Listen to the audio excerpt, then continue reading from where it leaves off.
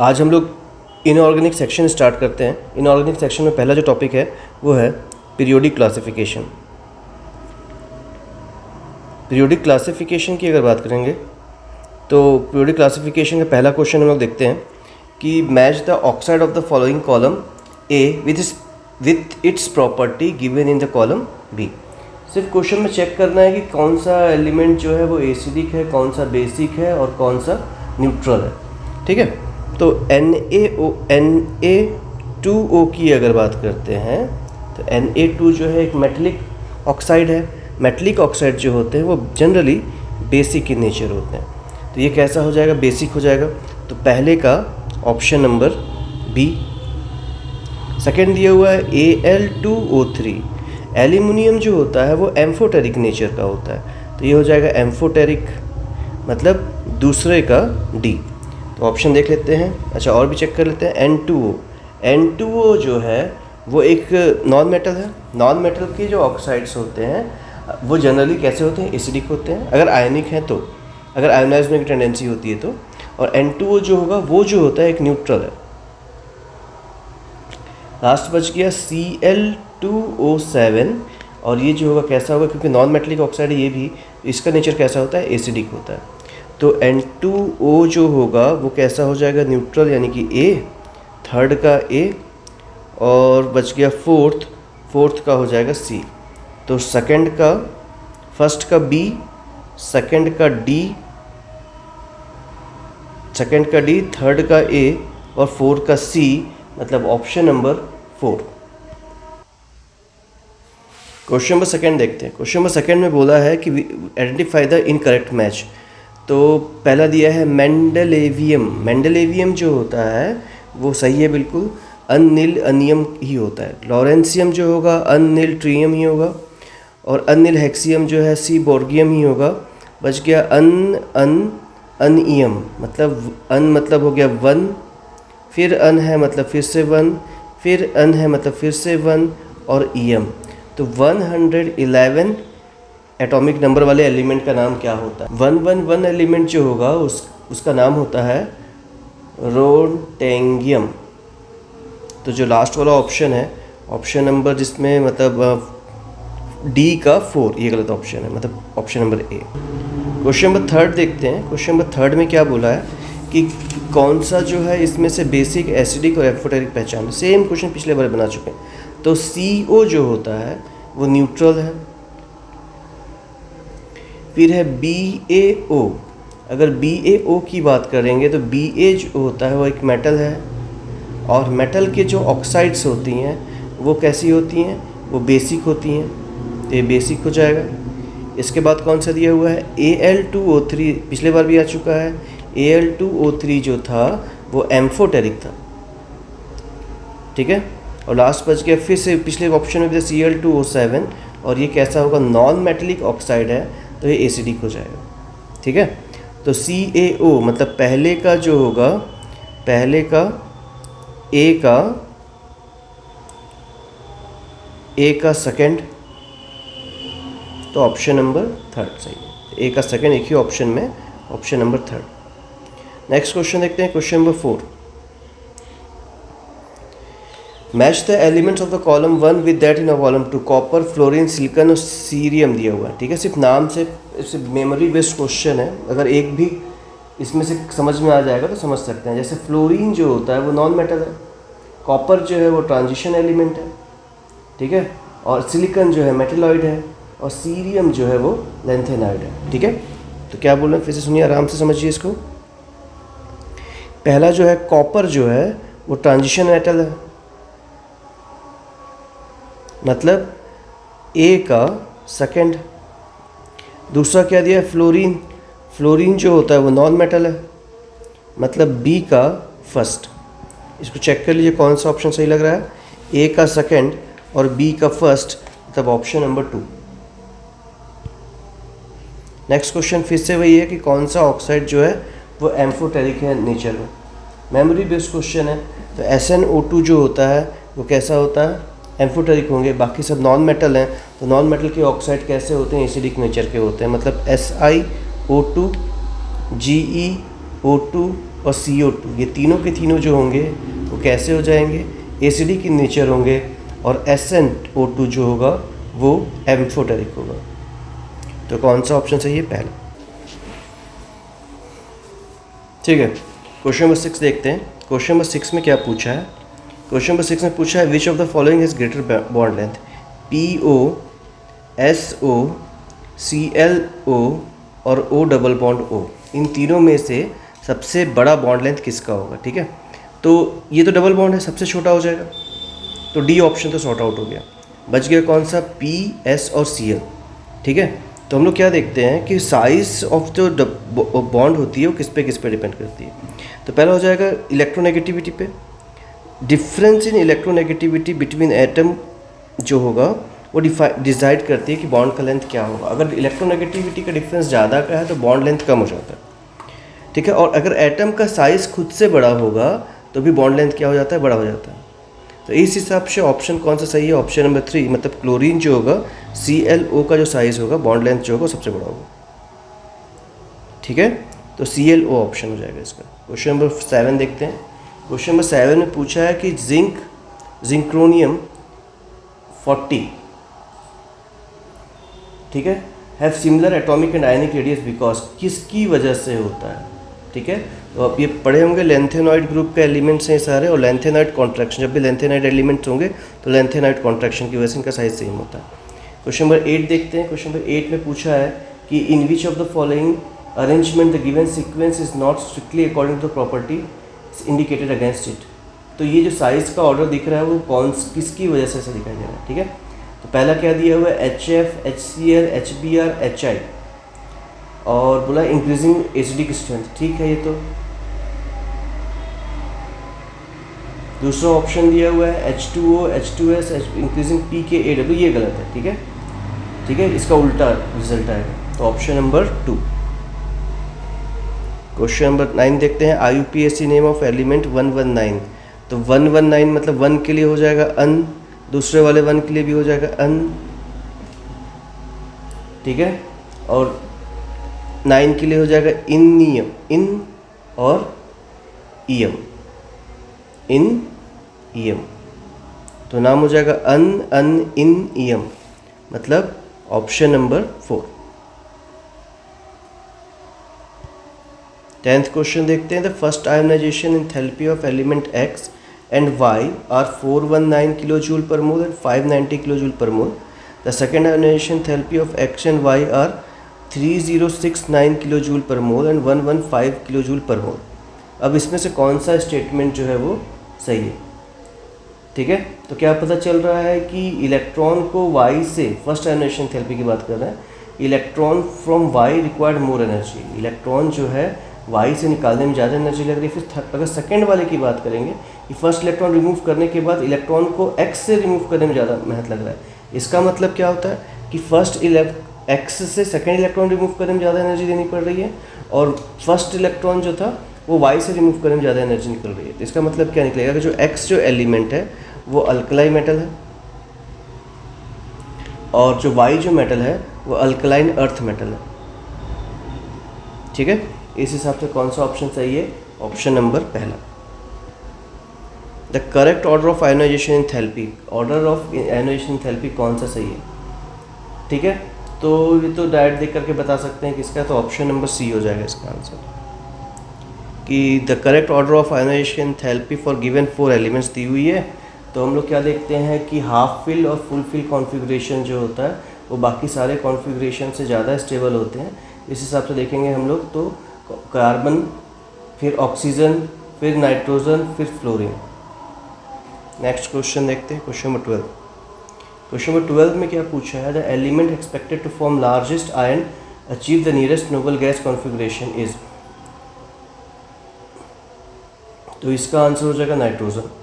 ठीक है, expected to form largest ion पूछा है, to achieve nearest noble gas, तो कितने ज़्यादा इलेक्ट्रॉन एक्सेप्ट करने पड़ेंगे उसको।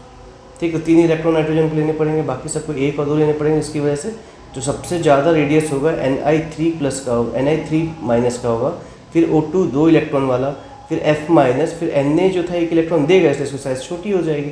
तो ऑप्शन कौन सा सही है, answer number 2 nitrogen. Question number 13 देखते हैं। क्वेश्चन नंबर 13 में पूछा है कि कौन सा करेक्टली मैच्ड है।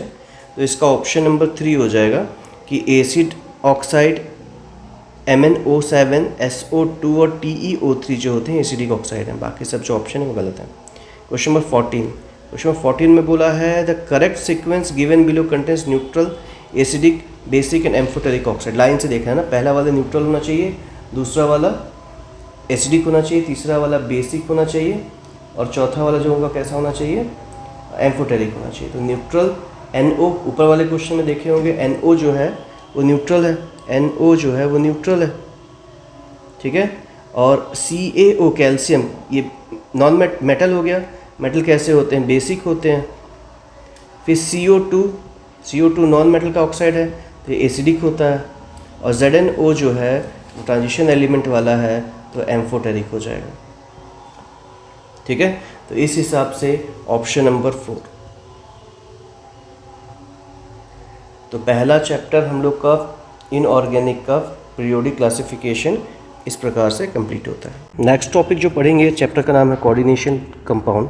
कोऑर्डिनेशन कंपाउंड की बात करेंगे तो कोऑर्डिनेशन कंपाउंड जो होगा वो कॉन्सेप्चुअल चैप्टर भी है। इसमें आइसोमरिज्म से लेकर के फिजिकल प्रॉपर्टीज़, केमिकल प्रॉपर्टीज़, फिर मैग्नेटिक बिहेवियर, फिर इलेक्ट्रॉनिक कॉन्फ़िगरेशन, तो काफ़ी कॉन्सेप्चुअल चैप्टर है और अगर समझ जाएंगे तो काफ़ी इजी चैप्टर भी है।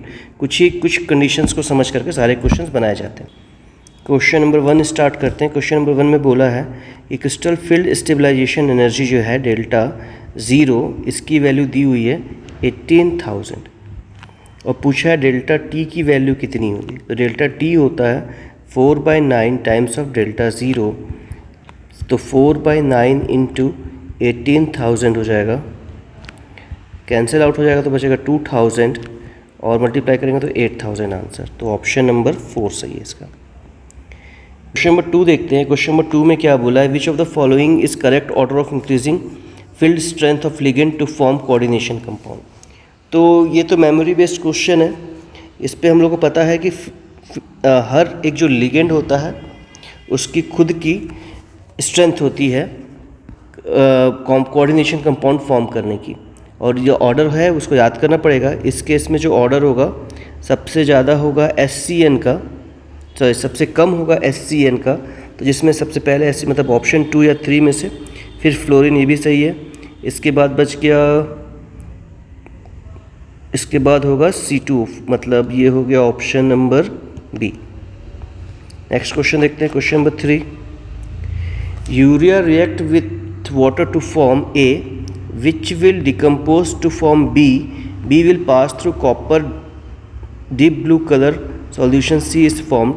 What is the formula for C? ठीक है, ये तो NCERT क्वेश्चन है। स्टार्ट करते हैं कि यूरिया का फॉर्मूला क्या होता है। यूरिया होता है NH2CO NH2। अब बोलता है कि ये H2O के साथ रिएक्ट करता है, तो H2O के साथ जब रिएक्ट करेगा तो क्या बन जाएगा, NH4OH और कार्बन डाइऑक्साइड रिलीज हो जाएगी, ठीक है। अब ये जो NH4OH था नेक्स्ट स्टेप में क्या बोलता है, डिकम्पोज हो जाता है, मतलब ये डिकम्पोज हो जा रहा होगा, तो डिकम्पोज होके क्या बनेगा, NH3 और H2O। अब ये कॉपर के साथ रिएक्ट करता है NH3, ऐसा बोल रहा है। तो कॉपर के साथ NH3 अगर रिएक्ट करता है तो बोल रहा है कि डीप ब्लू कलर का कोई कंपाउंड बनता है। तो कॉपर जब NH3 के साथ कोऑर्डिनेशन कंपाउंड बनाता है तो बन जाता है CuNH3 4 और चार्ज हो जाएगा -2, और जो इसका कलर होता है डीप ब्लू कलर का होता है। तो ऑप्शन कौन सा सही लग रहा है, option number 3 ethylene diamine EDTA, ठीक है, EDTA। तो EDTA का स्ट्रक्चर देख लेते हैं हम लोग। EDTA का स्ट्रक्चर क्या पूछा है कि EDTA किस टाइप का उस डेंडेट है। तो हम लोग क्या देखते हैं कि जितने साइट जो होते हैं इलेक्ट्रॉन डोनेटिंग साइट्स जो होती हैं उसके हिसाब से हम लोग उसको डेंडेट में बांट सकते हैं। जैसे बाई डेंडेट होता है जिसमें 2 साइट्स हों, मोनो डेंडेट जिसमें एक ट्राई मतलब 3, और वैसे ही हेक्सा डेंडेट जो होगा उसमें 6 साइट्स होने चाहिए। EDTA याद होगा, सिंपल सा क्वेश्चन है, तो हेक्सा डेंडेट है, ये तो कन्फर्म है, ठीक है। तो ऑप्शन नंबर 1 ही सही है। फिर भी एक बार उसका डायग्राम बना करके हम लोग देख सकते हैं कि हेक्सा डेंडेट क्यों है। ठीक है। तो EDTA का स्ट्रक्चर देखते हैं हम लोग। तो याद करने का तरीका सिंपल है, CH2, फिर एक N इधर, एक N इधर, N के ऊपर 2 इलेक्ट्रॉन्स, इसके बाद आ जाएगा ऊपर में CH2 COO, CH2 COO, CH2 COO और CH2 CO। ठीक है। अब इसको नाम को समझते हैं, इसके नाम का क्या मतलब होता है। इथाइलिन डाई, तो ये 2 हो गया। एसीटेट, कितना एसीटेट है, 1 2 3 4, तो टेट्रा एसीटेट हो गया। अब जो N नाइट्रोजन है उसके पास 2 इलेक्ट्रॉन दिख रहे हैं यहाँ पर, 2 इलेक्ट्रॉन यहाँ, इस O के ऊपर नेगेटिव चार्ज होता है, तो कितने, एक साइड 1 2 3 4 5 6, इसके पास 6 ऐसे साइट होते हैं जिसको यूज़ करके वो कोऑर्डिनेशन कंपाउंड बना सकता है। इसीलिए EDTA जो होगा वो हेक्साडेंडेट होगा और इसमें 4 O एटम्स होंगे और 2 N एटम्स होंगे, मतलब ऑप्शन नंबर 1 सही है, बिल्कुल सही। क्वेश्चन नंबर 5 देखते हैं। 5th में बोला है कि मैच द लिस्ट 1 को लिस्ट 2 से मैच कराना है। ठीक है, देखिए इसको बनाने का बिल्कुल सिंपल सा तरीका होता है। नंबर ऑफ वैलेंस इलेक्ट्रॉन निकाल लेते हैं। वैलेंस इलेक्ट्रॉन निकालने के बाद उसका फॉर्मूला लगा के निकाल सकते हैं, सिंपली कंपेयर करके भी निकाल सकते हैं कि किसका ज़्यादा किसका कम होगा। ठीक है, स्टार्ट करते हैं। Question number 5th। Question number 5th में क्या बोला है कि FeCN6 जो है और -3, तो हम लोग को निकालना पड़ेगा FeCN6 में Fe का ऑक्सीडेशन स्टेट कितना है। ठीक है, तो Cn का होता है, Cn का हो जाता है -1,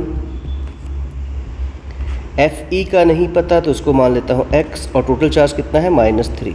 इसको कैसे लिख सकते हैं हम लोग, इसको लिख सकते हैं x माइनस या प्लस लिख लेते हैं -1 × 6 इक्वल्स टू -3, तो x - 6 equals to -3, x equals to 3। तो Fe जो है इसमें Fe3+ के फॉर्म पे एग्जिस्ट है।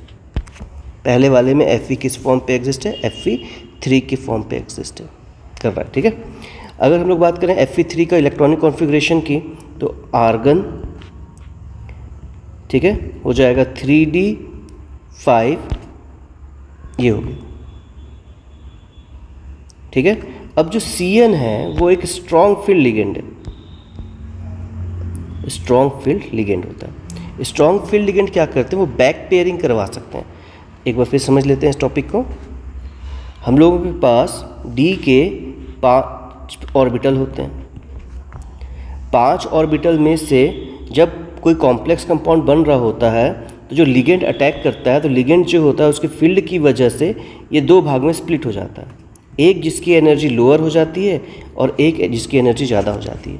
जिसकी एनर्जी ज़्यादा हो जाती है उसको Eg कहते हैं, जिसकी एनर्जी कम हो जाती है उसको T2G कहते हैं। ठीक है, और इनके बीच में क्या बच जाता है, एक एनर्जी गैप बच जाता है। वो डिपेंड करता है कि कैसा लिगेंड आया है। स्ट्रॉन्ग फील्ड लिगेंड क्या करते हैं, इस गैप को बढ़ा देते हैं, और वीक फील्ड लिगेंड क्या करते हैं, इस गैप को कम कर देते हैं। ठीक है, अब इस हिसाब से अगर हम लोग देखें पहले वाले केस में Fe के केस की अगर बात करें, तो Fe के वैलेंस सेल में कितने इलेक्ट्रॉन दिख रहे हैं, 3d5। 5 इलेक्ट्रॉन को जमाने हैं इनमें। अब ये जो Cn होता है वो स्ट्रॉन्ग फील्ड लिगेंड है, मतलब वो गैप को क्या करेगा, गैप को बढ़ा देगा। तो ये गैप ज़्यादा होगा तो पहले इलेक्ट्रॉन नीचे वाले में भरे जाएंगे, उसके बाद ऊपर वाले में भरे जाएंगे। तो पहले नीचे वाले में भर लेते हैं। तो 1 2 3 4 5, कितने लोन पेयर बच गए, 1। तो अगर पूछें कि इसका म्यू कितना होगा, तो म्यू का फॉर्मूला पिछले टॉपिक में पढ़े थे हम लोग। म्यू का फॉर्मूला क्या होता है, √n+1 पुट कर देते हैं। तो √1 × 1+1 इक्वल्स टू कितना हो जाएगा, √2। √2 की वैल्यू कितनी होगी, 1.707। ठीक है, तो पहले वाले का ऑप्शन क्या निकलेगा, फर्स्ट वाले का निकल जाएगा 4th, ए का फोर्थ किस में, पहला ऑप्शन और चौथा ऑप्शन, तो और भी निकाल के चेक करना पड़ेगा। बी का फर्स्ट और सेकंड दिया, बी को चेक करने में समझ में आ जाएगा। तो सेकंड वाले को चेक करते हैं। दिया हुआ है FeH2O6 और ऊपर में दिया हुआ है +3। Fe का नहीं पता है तो इसका मान लेता हूँ x, H2O का 0 × 6 = +3, ये हट गया तो x = क्या मिल गया, +3। ठीक है, +3 आया, इसका मतलब क्या हो जाएगा कि Fe +3 का निकालना है। सेम हो गया Fe +3 का, तो Fe +3 की अगर बात करेंगे तो इलेक्ट्रॉनिक कॉन्फ़िगरेशन क्या निकाले थे हम लोग, देखिए ऊपर में Fe +3 का कॉन्फ़िगरेशन निकाला था ArD5। तो इस केस में भी क्या निकल जाएगा, ArD5, ये इलेक्ट्रॉनिक कॉन्फ़िगरेशन आ गया। अब P जो होगा दो भाग में टूट जाता है, याद होगा, ऊपर वाला Eg, नीचे वाला T2G। अब H2O जो है वो वीक फील्ड लिगेंड है, मतलब इनके बीच का गैप ज़्यादा नहीं होगा। 5 इलेक्ट्रॉन भरने तो 1 2 3 4 5, मतलब पाँचों वैलेंस इलेक्ट्रॉन जो होंगे खाली हो जाए, मतलब 5 वैलेंस इलेक्ट्रॉन हो जाएंगे। 5 वैलेंस इलेक्ट्रॉन होने का मतलब क्या होता है कि इसकी जो वैल्यू निकलेगी मैक्सिमम होगी। तो कंपेयर कर लेते हैं, सबसे ज़्यादा वैल्यू किस में दिख रही है, 5 मतलब सॉल्व करने की जरूरत नहीं है, कंपेयर करके भी निकाल सकते हैं। तो 5.92, तो बी वाले का फर्स्ट होगा और ए वाले का फोर्थ हो रहा था, तो ए का 4, बी का 1, मतलब ऑप्शन नंबर डी सही है। IUPAC नेम ऑफ दिस, ठीक है, तो डायरेक्ट है, कोई बहुत बड़ी चीज़ नहीं है। इसका ऑप्शन नंबर सी है, diaqua silver 1 dicyanidoargentate, option number C. Homoleptic complex क्या होते हैं, होमोलैप्टिक कॉम्प्लेक्स क्या होंगे, जिसमें जो सेम लिगेंड जुड़ा हो। जैसे मान लो कि सेंट्रल एटम CX हो गया और सब जगह से एक ही एलिमेंट जुड़ा हुआ, ए और ए, सभी कॉम्प्लेक्स में जितने भी लिगेंड हो सब सेम हो, तो उसको होमोलैप्टिक कहते हैं। पहले वाले ऑप्शन में देखिए अमाइन क्लोराइड 2 हो गए, नहीं होगा ये। पेंटाअमीन कार्बोनेट, ये भी नहीं होगा। ट्राई एक्वा, ये भी नहीं होगा। पोटेशियम ट्राईऑक्सिलेटो एलिमिनेट, ठीक है। तो फोर्थ वाला ऑप्शन सही लग रहा है, तो फोर्थ वाला ऑप्शन सही है। Question number 8, which complex compound is most stable, ठीक है। तो जिसमें EN की अगर बात करेंगे तो EN में जो होता है चिलेट फॉर्म करने की टेंडेंसी होती है, इसलिए क्या देखेंगे, जिसमें भी EN प्रेजेंट होगा वो बाकी सबसे ज़्यादा स्टेबल होगा, तो option number B. Which of the following form a set of complex and double salt, complex और डबल सॉल्ट में क्या अंतर होता है। कॉम्प्लेक्स कंपाउंड जो होते हैं वो अपने दिए हुए आयंस में नहीं टूट पाते, जबकि डबल सॉल्ट की बात करेंगे वो अपने दिए हुए कॉम्प्लेक्स में टूट जाता है। तो पूछा है कि पहले जो है डबल सॉल्ट कौन सा हो उसका, और ऑप्शन नंबर 3 ये KAlSO4 ट्वाइस 12H2 है, जो LM के नाम से भी जानते हैं हम लोग उसको, ठीक है, फिटकिरी। क्वेश्चन पूछा है type of isomerism exhibit by CrO6Cl CrH2O5Cl Cl2H2O and value of coordination number दोनों निकालना, ठीक है। तो क्वेश्चन को देख डायरेक्ट पता चल रहा है कि कौन सा ऑक्सीडेशन स्टेट शो करेंगे। तो इसमें H2O जो है कोऑर्डिनेशन स्फीयर के अंदर में अलग और बाहर में अलग हो रहा है, बार बार सभी कंपाउंड में देखेंगे तो ये सॉल्वेंट आइसोमरिज्म शो करेगा। सॉल्वेंट आइसोमरिज्म मतलब ऑप्शन नंबर 4, और कोऑर्डिनेशन नंबर निकालने जो होते हैं डायरेक्टली 6 हो गया। केमिस्ट्री के PYQ सेक्शन के क्वेश्चंस में आज जो हम लोग टॉपिक स्टार्ट करेंगे उस टॉपिक का नाम है P block element. P block element की बात करेंगे तो ये जो चैप्टर है वो काफ़ी ईजी है, सिर्फ क्वेश्चंस के प्रैक्टिस करने से और थियोरेटिकल पार्ट कंप्लीट रखने से, क्योंकि इसमें न्यूमेरिकल एक भी नहीं आता है, इसको ईजिली स्कोर किया जा सकता है। तो जिन बच्चों को केमिस्ट्री के न्यूमेरिकल्स नहीं बनते उनके लिए सबसे best option P block element रहेगा। तो जैसे पहला क्वेश्चन दिया हुआ है, liquefied gas that is use to dry cleaning along with suitable detergent is, मतलब एक ऐसा गैस जिसको ड्राई क्लीनिंग पर्पस के लिए यूज़ करते हैं। दिए हुए ऑप्शन में से कौन सा ऑप्शन है जो ड्राई क्लीनिंग पर्पस के लिए यूज़ होता है, ठीक है। तो हम लोग क्या देखते हैं कि ड्राई क्लीनिंग पर्पस के लिए हम लोग जनरली यूज़ करेंगे कार्बन डाइऑक्साइड, ठीक है। Carbon dioxide is used in dry cleaning, क्यों, क्योंकि ये क्या होता है, एक नेचुरल सॉल्वेंट है, ठीक है।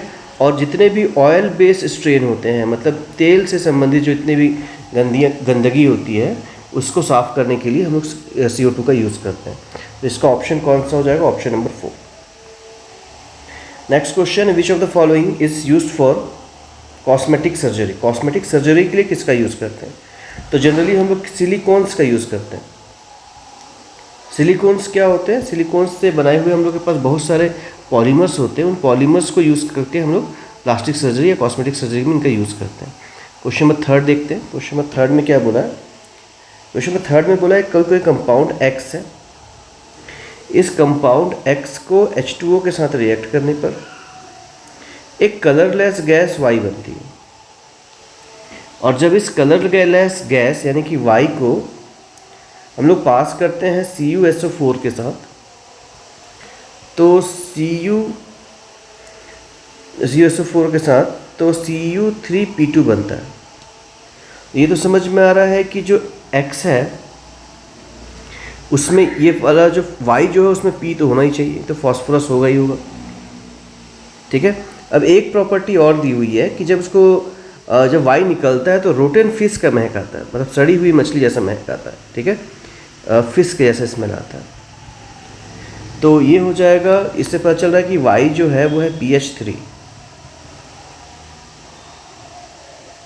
ठीक है, और ये रिएक्शन तभी पॉसिबल है जब Ca3P2 को H2O के साथ रिएक्ट करवाए, तभी CaOH ट्वाइस बन सकता है और PH3 निकल सकता है। और बाकी टेस्ट तो फिर जैसा था वैसे का वैसे नहीं होगा कि PH3 जो होगा वो रोटेन स्मेल के साथ आएगा। तो ऑप्शन क्या हो जाएगा इसका? ऑप्शन नंबर ए सही।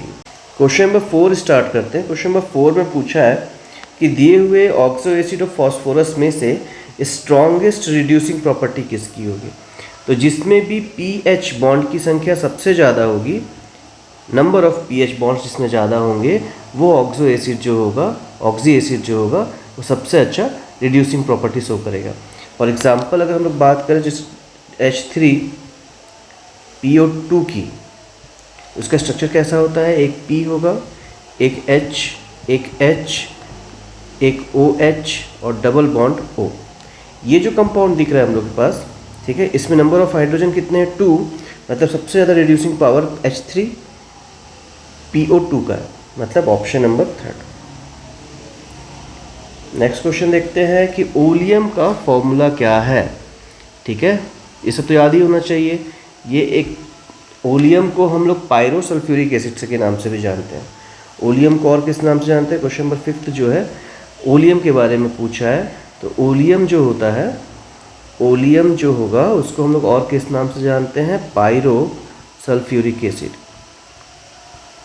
ठीक है, अब पूछा फॉर्मूला कौन सा होगा इसका, तो फॉर्मूला याद करना है। तो फॉर्मूला होता है H2S2O7, मतलब ऑप्शन नंबर 1। नेक्स्ट क्वेश्चन में पूछा है कि दिए हुए ऑक्सो एसिड में से OO लिंकेज किस में पाया जाता है? तो एक तो तरीका होगा, और सारे जितने भी इसके ऑक्सी एसिड्स होते हैं उनके नाम याद करने पड़ेंगे। ठीक है, इस टाइप के लिंकेज को परऑक्सी लिंकेज भी कहते हैं। और दिए हुए ऑप्शन में से मार्शल एसिड जो होता है, मार्शल एसिड जो होगा उसमें ही हम लोग के पास परऑक्सी बॉन्ड पाया जाता है। ठीक है, पर इसका नाम हो जाएगा। तो इसका ऑप्शन में अगर चेक करें हम लोग, तो ऑप्शन के हिसाब से आ रहा है S2S2O8, मतलब ऑप्शन नंबर 4। ये क्या है? परऑक्सो डाइसल्फ्यूरिक एसिड है। ठीक है, और डाई मतलब 2 बन जाएंगे, तो O लिंकेज उसी में पॉसिबल है, बाकी सब में सिंगल सल्फ्यूरिक एसिड है। नेक्स्ट क्वेश्चन पूछा है identify the correct statement from the following. Carbon dioxide is gas for refrigerator for ice cream and frozen. देखिए क्वेश्चन नंबर 7 में कार्बन डाइऑक्साइड को पूछा है, कार्बन डाइऑक्साइड गैस बोल रहा है। तो कार्बन डाइऑक्साइड गैस को रेफ्रिजरेटर में यूज़ नहीं करते, कार्बन डाइऑक्साइड सॉलिड को यूज़ करते हैं। तो पहला ऑप्शन जो है वो गलत है। ठीक है, नेक्स्ट में क्या पूछा है कि द स्ट्रक्चर ऑफ C60 जो होता है, फ्लोरीन के नाम से भी जानते हैं इसको, इसका फुटबॉल लाइक स्ट्रक्चर होता है। तो इस फुटबॉल लाइक स्ट्रक्चर में कितने कार्बन जो होते हैं वो रिंग बनाते हैं, और कितने जो 5 मेंबर रिंग बनाएंगे, कितने 6 मेंबर रिंग बनाएंगे। इस हिसाब से हम लोग को पता है कि जो 12 कार्बन होते हैं, ठीक है। 12 ऐसे होंगे, 12 जो होंगे वो 5 मेंबर होंगे और 20 जो होंगे वो 6 मेंबर होंगे, ये होता है उसमें। तो अगर इसको चेक करेंगे तो लिखा है 12 जो है 6 मेंबर, उल्टा बोल दिया है, तो ऑप्शन नंबर बी भी गलत है। ऑप्शन नंबर सी बोला है GSM-5 जियोलाइट। तो जियोलाइट क्या होता है, एक ऐसा कैटलिस्ट होता है जिसको यूज़ करके हम लोग अल्कोहल को गैसोलीन में कन्वर्ट कर सकते हैं, ये बिल्कुल सही है। फिर CO की बात करें, कार्बन मोनोऑक्साइड।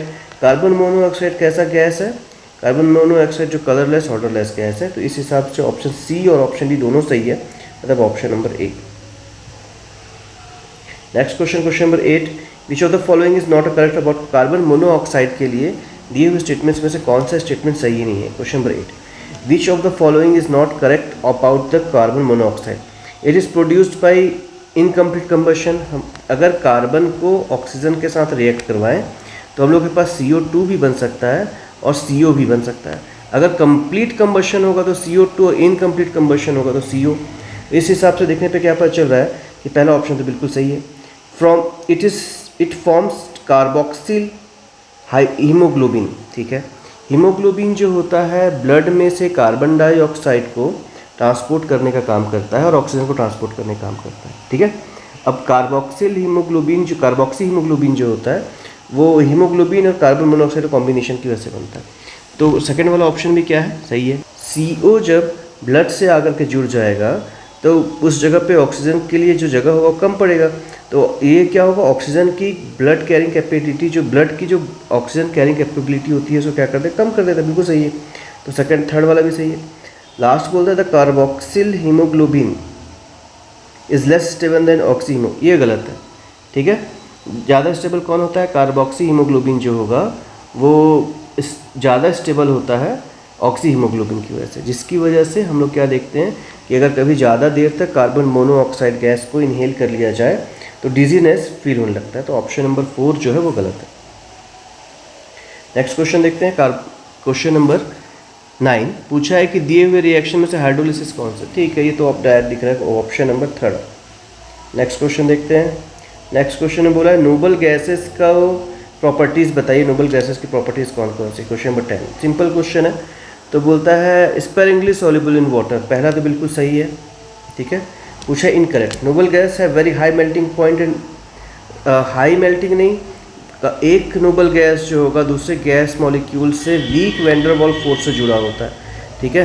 कौन सा फोर्स होता है, weak van der Waals force होता है। अगर weak van der Waals force है इसका मतलब क्या हो जाएगा कि थोड़ा सा भी फोर्स लगाने पर वो टूट जाएंगे, टेम्परेचर बढ़ने पर वो जल्दी से अलग अलग हो जाएंगे। इसका मतलब है कि मेल्टिंग पॉइंट कैसी होगी, मेल्टिंग और बॉइलिंग पॉइंट कैसी होगी, इनकी जनरली लो होनी चाहिए। तो ऑप्शन नंबर 2 तो गलत है, ठीक है। तो ऑप्शन नंबर 2 गलत है, मतलब बी ऑप्शन। फिर पूछा है in which of the following arrangement given sequence strictly according to the property indicated, कौन सी ऐसी प्रॉपर्टी जिसको फॉलो नहीं करना। तो पहला क्वेश्चन जो दिया हुआ है उसमें दिया हुआ है HF, HCl, HBr और HI। एसिडिक की स्ट्रेंथ के बारे में बात किया है, तो ये तो बिल्कुल सही है। जितना ज़्यादा बॉन्ड लेंथ होगा उतना ज़्यादा क्या होगा, हम लोग देखेंगे जितना ज़्यादा बॉन्ड लेंथ होगा उतना ईजिली उससे हाइड्रोजन को निकाला जा सकता है, उतना वीक होगा उनके बीच का बॉन्ड, इसलिए HI जो होगा जल्दी हाइड्रोजन रिलीज कर सकता है, इसलिए सबसे ज़्यादा एसिडिक वो होगा, ठीक है। इसी हिसाब से हम लोग देखेंगे तो ऑप्शन नंबर 2 जो है वो गलत है, PK की बात की बता। क्वेश्चन नंबर 12 देखते हैं। क्वेश्चन नंबर 12 में पूछा है कि लिस्ट 1 को लिस्ट 2 से मैच करना है। इलेक्ट्रॉन प्रिसाइज मतलब होता है कि वैलेंस में जितने इलेक्ट्रॉन है बिल्कुल बराबर 8 इलेक्ट्रॉन के बराबर होंगे तो इलेक्ट्रॉन प्रिसाइज हो जाएगा। फिर इलेक्ट्रॉन डेफिशिएंट मतलब क्या होगा, इसमें इलेक्ट्रॉन की कमी हो जाए। इलेक्ट्रॉन रिच मतलब जितने इलेक्ट्रॉन चाहिए होंगे उससे ज़्यादा इलेक्ट्रॉन हो। और आयोनिक मतलब जिसके बीच का बॉन्ड कैसा हो, आयोनिक बॉन्ड हो, ठीक है। तो पहला केस देखते हैं, इलेक्ट्रॉन पहला तो इस केस में देखिए हम लोग को पता चल रहा है कि MgH2 जो है वो एक आयोनिक कंपाउंड है। अगर वो आयोनिक कंपाउंड है तो फर्स्ट का 4th होना चाहिए, तो A का 4 जिस भी ऑप्शन में होगा वही ऑप्शन सही है, मतलब ऑप्शन नंबर B, ठीक है। नेक्स्ट क्वेश्चन देखते हैं। नेक्स्ट क्वेश्चन में बोला choose the correct statement. Diamond और ग्रेफाइट की फिजिकल प्रॉपर्टीज़ के बारे में बात कर रहा है। तो diamond is covalent and graphite is ionic, नहीं ये तो गलत है, पहला गलत है। Diamond is sp3 hybridised and graphite is sp2 hybridised, ये बिल्कुल सही है। फिर both diamond and graphite are use for, ये भी गलत है। डायमंड और ग्रेफाइट आर 2 डायमेंशनल नेटवर्क, ये भी गलत है। डायमंड जो होता है उसमें एक कार्बन जो होता है 4 अलग अलग कार्बन से, और ग्रेफाइट में क्या होता है, एक कार्बन जो होता है 3 कार्बन से जुड़ा होता है। 4 से जुड़ने का मतलब होगा कि इसमें हाइब्रिडाइजेशन हो जाएगा sp3, और 3 से जुड़ने का मतलब हो जाएगा इसमें हाइब्रिडाइजेशन हो जाएगा sp2। इस पे एक इलेक्ट्रॉन खाली रहता है जिसकी वजह से कंडक्शन पॉसिबल हो पाता है। तो इसका जो स्ट्रक्चर होता है 3 डायमेंशनल होता है, इसका 2 डायमेंशनल हो जाएगा। ठीक है, तो ऑप्शन नंबर 4 भी गलत है। अब ये 3 डायमेंशन होने की वजह से हार्ड होता है, इसको लुब्रिकेंट के जैसा यूज़ नहीं कर सकते। इसका हाइब्रिडाइजेशन sp3 है, इसका हाइब्रिडाइजेशन sp2 है, मतलब ऑप्शन नंबर बी सही है। नेक्स्ट क्वेश्चन बोला है which of the following statement is true for diborane. Diborane के लिए पूछा है। तो डाइबोरेन जो होता है वो एक इलेक्ट्रॉन डेफिशिएंट कंपाउंड है, और इसके बारे में पहला ऑप्शन दिया है कि the 4 terminal BH bond are 2 centre 2 electron bond. 4 terminal hydrogen atom are 2 boron atom lies in 1 plane, ये भी गलत है। Both boron atoms are sp2 hybridised, ये बिल्कुल सही है। There are 2 3 centred and 2 electron bond. Question number 14 start करते हैं। क्वेश्चन नंबर 14 में बोला है which of the following statement is not correct. कौन सा इस दिए हुए स्टेटमेंट में से कौन सा करेक्ट नहीं है। तो डाइबोरेन के बारे में पूछा है। तो डाइबोरेन की अगर बात करेंगे तो B2H6 फॉर्मूला हो जाता है उसका। क्या फॉर्मूला हो जाएगा, B2H6। एक बोरोन जो होता है, ठीक है, वो 2 अलग अलग हाइड्रोजन से, और एक बोरोन और जो होगा वो हाइड्रोजन से ऐसा जुड़ा रहता है ऐसा। ठीक है, इनके बीच का बॉन्ड को हम लोग ऐसा रिप्रेजेंट कर सकते हैं। ठीक है, अब इसमें क्या पूछा, ऑप्शन दिया 4 टर्मिनल BH बॉन्ड, 4 टर्मिनल होते हैं, तो 1 2 3 4, तो सही है। ठीक है, और इसमें 2 सेंटर बॉन्ड होते हैं, bonds are 2 centre 2 electron bonds, ये भी सही है। 4 terminal hydrogen atoms and 2 boron atoms lies in 1 plane, सब एक ही प्लेनर स्ट्रक्चर पाया जाता है क्योंकि sp प्लेनर स्ट्रक्चर पाया जाता है। बोथ बोरोन एटम और sp2 हाइब्रिडाइज्ड, दोनों के दोनों का हाइब्रिडाइजेशन sp2 नहीं, दोनों का हाइब्रिडाइजेशन sp3 हाइब्रिडाइजेशन होता है। ठीक है, पर ऑप्शन में क्या बोला sp2, मतलब थर्ड वाला गलत है। क्वेश्चन नंबर 15 देखते हैं। क्वेश्चन 15 में पूछा है ऑक्सो एसिड ऑफ सल्फर के बारे में। अगर अभी तक आप लोग क्वेश्चन देखे होंगे, प्रीवियस ईयर क्वेश्चन जितने भी बनाए उसमें जनरली ऑक्सो एसिड का एक ना एक क्वेश्चन आता ही है, तो ऑक्सो एसिड का क्वेश्चन जरूर बनाइएगा। क्वेश्चन में पूछा है कि कौन सा ऑक्सो एसिड जो है वो दिए हुए कॉम्बिनेशन को फॉलो करता है। दिया है, पहला दिया है peroxo disulphuric acid. Peroxo disulphuric acid, disulphuric है मतलब दो O और O के बीच में सिंगल बॉन्ड वाला ऑप्शन सही होगा, मतलब A का थर्ड होना चाहिए। A का थर्ड किस किस ऑप्शन में है, पहले वाले में और तीसरे वाले में। सेकंड को चेक करते हैं, सल्फ्यूरिक एसिड। सल्फ्यूरिक एसिड जो होता है उसमें 2 SOH बॉन्ड और 2 SO बॉन्ड होते हैं। स्ट्रक्चर याद रखिएगा इनका, सल्फ्यूरिक एसिड का भी, तभी आप लोग को बनेगा। क्या बात कर रहे हैं हम लोग सल्फ्यूरिक एसिड का ना, तो S double bond O single bond OH single bond OH, इसी की बात कर रहे थे हम लोग। तो 2 O बॉन्ड होते हैं SO बॉन्ड और 2 SOH बॉन्ड होते हैं। तो सेकेंड वाले का ऑप्शन मतलब B वाले का जो होगा वो हो जाएगा फोर्थ। तो B का फोर्थ और A का थर्ड, ऑप्शन नंबर पहला। तो P ब्लॉक एलिमेंट्स भी कंप्लीट हो गया। डिस्क्रिप्शन में टेस्ट का एक लिंक दिया हुआ है, आप उसको देख करके जितने बार चाहे टेस्ट को देख करके अपना रिवीजन कर सकते हैं। जो टॉपिक स्टार्ट करेंगे, चैप्टर का नाम है D block element. D block element की बात करें तो थ्योरेटिकल चैप्टर है केमिस्ट्री का, इजी है। जैसे क्वेश्चन में पहला देखते हैं, विच of the following reaction is disproportionation reaction. तो क्वेश्चन है कि डिस्प्रपोर्शन दिए हुए रिएक्शन में से कौन सा रिएक्शन जो है वो डिस्प्रपोर्शनेशन रिएक्शन है। तो डिस्प्रपोर्शनेशन रिएक्शन क्या होता है, ऐसे सारे रिएक्शन जिसमें ऑक्सीडेशन नंबर जो हो रहा होता है वो चेंज हो रहा होता है, उन सभी रिएक्शन को डिस्प्रपोर्शनेशन रिएक्शन कहते हैं। फॉर एग्जांपल जैसे पहला केस देखते हैं हम लोग कि कॉपर की अगर बात करेंगे तो कॉपर जो है प्लस था, +1 ये बन जा रहा है Cu2+ और Cu0। इस रिएक्शन की बात करेंगे तो इस रिएक्शन में ध्यान से देखने पर पता चल रहा है कि ये जो कॉपर था ये कितना बन जा रहा है, 2 प्लस हो जा रहा है, 2 प्लस हो जा रहा है, 1 प्लस से 2 प्लस हो जा रहा है, मतलब वैल्यू बढ़ जा रही है। वैल्यू बढ़ रही है मतलब क्या हो रहा है, इसका ऑक्सीडेशन हो रहा है। इसी क्वेश्चन पे अगर ध्यान से देखें हम लोग, इसी कॉपर को अगर ध्यान से देखें, ऊपर में देखते हैं हम लोग, इस केस को देखते हैं, तो ये +1 से 0 हो जा रहा है, मतलब इसकी वैल्यू क्या हो रही है, डिक्रीज हो रहा है, मतलब यहाँ रिड्यूस भी हो रहा है।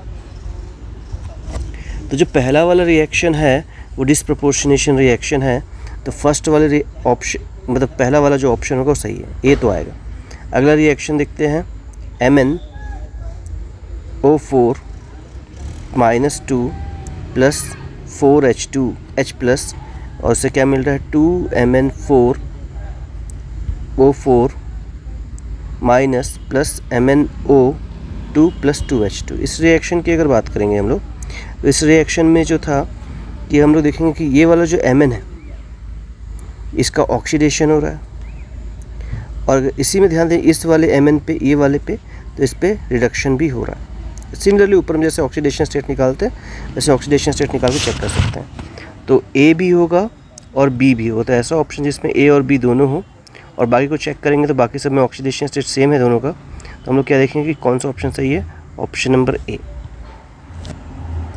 अगला दिया हुआ है manganate and permanganate ion are tetrahedral. Manganate और पर मैग्नेट आयन जो होते हैं वो टेट्राहेड्रल क्यों होते हैं, तो इसमें क्या होता है कि पाई बॉन्ड जो होता है उसका ओवरलैप हो रहा होता है पी ऑर्बिटल के साथ ऑक्सीजन के, और डी ऑर्बिटल का मैग्नीज के, तो पाई बॉन्ड बनते हैं। पाई बॉन्ड बनने के लिए किसका यूज़ हो रहा होता है, पी ऑर्बिटल ऑक्सीजन का और डी ऑर्बिटल मैग्नीज का। इसकी वजह से हम लोग क्या देखते हैं कि मैग्नेट और पर मैग्नेट जो होते हैं वो टेट्राहेड्रल शेप का होता है, तो ऑप्शन नंबर फर्स्ट ही ठीक है इसका। नेक्स्ट क्वेश्चन देखते हैं, कैटलिस्ट। अगर पढ़े होंगे तो पता होगा, क्वेश्चन नंबर थर्ड में क्या पूछ रहा है कि कैटलिस्ट कौन सा रिप्रेजेंट कर रहा है। तो हम लोग जानते हैं कि जो डी ब्लॉक एलिमेंट्स होती हैं वो जनरली जो होंगी वो कैटलिस्ट के फॉर्म पे यूज़ की जाती हैं। कैटलिस्ट में के फॉर्म पे यूज़ होने के बहुत सारे कारण होते हैं, उसमें से एक कारण होता है कि डी ऑर्बिटल जो होता है वो क्या होता है, वैकेंट होता है। डी जो सबसेल है वो कैसा होता है, वैकेंट होता है। और डी सबसेल वैकेंट होने के अलावा दूसरी प्रॉपर्टी जो होती है कि ये वेरिएबल ऑक्सीडेशन शो करते हैं, ठीक है। इसके अलावा हम लोग क्या देखते हैं कि इनके पास कॉम्प्लेक्स बनाने की टेंडेंसी होती है। इन सभी कारणों से जनरली जो होते हैं डी ब्लॉक एलिमेंट्स जो होते हैं वो कैटलिस्ट के फॉर्म पे यूज़ होते हैं। तो डिफरेंट रिएक्शन के लिए कैटलिस्ट दिया हुआ है, तो जैसे पहला दिया हुआ है वेनेडियम ऑक्साइड। तो वेनेडियम ऑक्साइड जो होता है वो oxidation of SO2 in manufacture of H2SO4 use करते हैं उसको। तो पहले का सी ऑप्शन सही है, तो फर्स्ट का सी होगा, ठीक है। सेकंड का देखते हैं, सेकंड क्या बोला है, TiCl4 प्लस AlCH3 थ्राइस दिया हुआ। और ये जो कैटलिस्ट है ये कैटलिस्ट यूज़ होगा, सेकंड का होगा पॉलीमराइजेशन ऑफ इथाइलिन, ठीक है। तो सेकंड का हो जाएगा डी, फर्स्ट का ए, सेकंड का डी, मतलब ऑप्शन नंबर 1 सही है।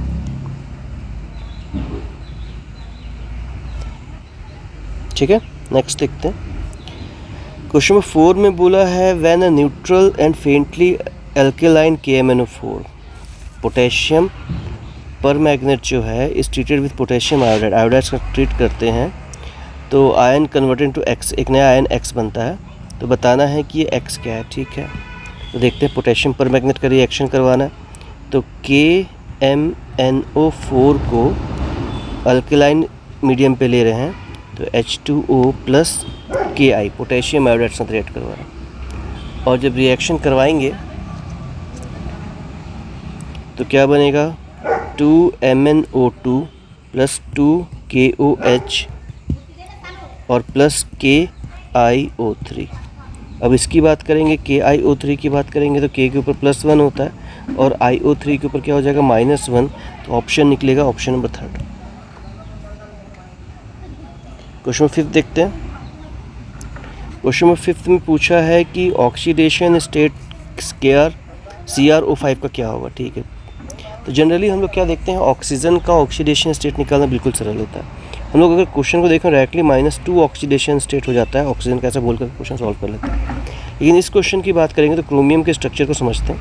क्रोमियम हो गया double bond oxygen, single bond O, single bond O, single bond O, single bond O, और इसका ये इस फॉर्म पे क्रोमियम पेंटॉक्साइड होता है। अगर इसमें देखें तो हम लोगों के पास क्रोमियम का ऑक्सीडेशन स्टेट मान लेते हैं कि X है, और जो किनारे में 4 ऑक्सीजन दिख रहे हैं इनका ऑक्सीडेशन स्टेट होता है -1, तो -1 × 4, और जो ये ऑक्सीजन दिख रहा है सिंगल वाला तो इंटू इसका ऑक्सीडेशन हो जाएगा -2, और टोटल कितना आ जाएगा 0। तो x - 4 - 2 = 0, इसे निकलेगा x - 6 = 0। सॉल्व करेंगे तो x = क्या आ जाएगा 6। तो कौन सा ऑप्शन सही है? Option number 3। क्वेश्चन नंबर 6 देखते हैं। क्वेश्चन नंबर 6 में क्या बोला है कि calculate spin only magnetic moment. ठीक है, स्पिन ओनली मैग्नेटिक, तो मैग्नेटिक मोमेंट का फॉर्मूला होता है कि मैग्नेटिक मोमेंट को अगर B से रिप्रेजेंट करता हूँ तो ये हो जाएगा n+2। वैलेंस इलेक्ट्रॉन सेल का कॉन्फ़िगरेशन निकालेंगे और उसके हिसाब से फॉर्मूला लगाने पे n की वैल्यू निकल जाएगी, n की वैल्यू से निकाल सकते हैं। ठीक है, जैसे मैं पूछा कि इस क्रोमियम दिया हुआ है, क्रोमियम +2 दिया हुआ है, इसका इलेक्ट्रॉनिक कॉन्फ़िगरेशन क्या हो जाएगा? तो आर्गन 4s0 और 3d4, ये इलेक्ट्रॉनिक कॉन्फ़िगरेशन हो जाएगा। अगर डी सब सेल की बात करेंगे तो डी सब सेल में कितने ऑर्बिटल होते हैं? डी सब सेल में 5 ऑर्बिटल होते हैं। इन 5 ऑर्बिटल में इलेक्ट्रॉन को भरना है। कितने इलेक्ट्रॉन आ रहे हैं? 1 2 3 4। तो अगर बात करेंगे क्रोमियम +2 की तो उसमें नंबर ऑफ वैलेंस इलेक्ट्रॉन कितने हो जा रहे हैं? अनपेड इलेक्ट्रॉन कितने हो जा रहे हैं? n की वैल्यू कितनी हो जा रही है? 4। तो b की वैल्यू कितनी हो जाएगी? √4 × 4 + 2 इज इक्वल्स टू √4 × 6। सिंप्लीफाई करेंगे इसको तो 2 रहेगी। √6 की वैल्यू कई लोग को निकालते नहीं बनेगी, तो कैसे निकालेंगे? √6 जो है वो √4 और √9 के बीच में आ रहा है। √4 जो है वो हो जाएगा 2 और √6 हो जाएगा, ये 9 हो जाएगा 3। तो 2 और 6 के बीच की कोई वैल्यू लेनी है, तो मान लो ले लेता हूँ 2 और 3 के बीच की वैल्यू हो गई 2.4 समथिंग, कुछ भी ले सकते हैं। जब सिंप्लीफाई करेंगे इसको तो ये हो जाएगा 4.96 समथिंग इस टाइप से। ठीक है, तो 4.96 मतलब ऑप्शन कौन सा सही लग रहा है? ऑप्शन नंबर 3 अप्रॉक्सीमेटली निकाला हुआ है, एग्जैक्ट नहीं आया, तो ऑप्शन नंबर 3। क्वेश्चन नंबर 7 देखते हैं। क्वेश्चन नंबर 7 में क्या बोला? Oxidation state of chromium O4 2- का और क्रोमियम O7 -2 का बोला ऑक्सीडेशन स्टेट दोनों का अलग अलग होता है, पर एक्चुअली दोनों का सेम होता है। एक बार चेक भी करके दिखाते हैं कैसे निकालेंगे। क्रोमियम का मान लेते हैं कि x हो गया, ऑक्सीजन का होता है -2, 4 = -2। सिंप्लीफाई कर लेते हैं। सिंप्लीफाई करने पे कितना मिलेगा? ये हो जाएगा x - 8 = -2, तो x = क्या हो जाएगा? साइड चेंज करेंगे तो 6 बचा। तो इसका ऑक्सीडेशन स्टेट कितना निकल जाता है? इसका ऑक्सीडेशन स्टेट निकलता है +6। Cr2O7 का ट्राई करते हैं। तो क्रोमियम का मान लेते हैं 2x हो गया, प्लस ऑक्सीजन का हो जाएगा -2 × 7 = -2, ये हो जाएगा 2x - 14 = 2। साइड चेंज कर देंगे तो हो जाएगा 2x = -12 + 12 और x = क्या निकल जाएगा 6। तो इसमें बोला है फर्स्ट ऑप्शन में क्या बोला है कि दोनों का ऑक्सीडेशन स्टेट जो होता है वो अलग होता है, पर एक्चुअली देखने पता चल रहा है कि दोनों का ऑक्सीडेशन स्टेट क्या है? बिल्कुल सेम है। तो कौन सा ऑप्शन सही है? पहला वाला ही गलत है, क्योंकि दोनों का ऑक्सीडेशन स्टेट क्या होता है? बिल्कुल सेम होता है। क्वेश्चन नंबर 8 चेक करते हैं। क्वेश्चन नंबर 8 में बोला था oxidation number of underline atom, किसका ऑक्सीडेशन स्टेट सही है मतलब। ठीक है, आइडेंटिफाई द इनकरेक्ट, कौन सा गलत ये पूछा है। ठीक है, तो अगर कॉपर 2 और O की बात करते हैं तो ऑक्सीजन कितना होता है? -2। इसका मान लेता हूँ x, तो 2x = 0, x = -2/2 कैंसिल हो जाएगा, +2/2 मतलब 2 बचेगा 1। तो पहला ही वाला गलत हो गया, 1 ऑक्सीडेशन स्टेट आ रहा। नेक्स्ट क्वेश्चन दिया है incorrect statement for the following. Incorrect statements पहचानना, इसमें से कौन सा दिया हुआ है? तो actinide contraction is greater for element to element than lanthanide contraction. ठीक है, तो सही है। Most of the trivalent lanthanide ions are colourless in solid state. नहीं, ये गलत हो गया। इसमें क्या है कि कुछ जो ट्राईवैलेंट लेंथेनाइट होते हैं वो कलरलेस होते हैं इन सॉलिड स्टेट। ठीक है, तो option number B. Next question बोला है ZR40 और HF72 are similar atomic and ionic radius because. ठीक है। तो लेंथेनाइट ग्रुप का है तो जनरली ऑप्शन क्या होगा, lanthanide contraction. Question number 11th, chromium 2+ is oxidizing and Mn+ is reducing in nature. SCr compound are repelled by applying magnetic property को check करने के लिए बोला, ठीक है। तो एसेशन और रीज़न दिया हुआ स्टेटमेंट में, तो ऑप्शन नंबर हो जाएगा ऑप्शन नंबर डी।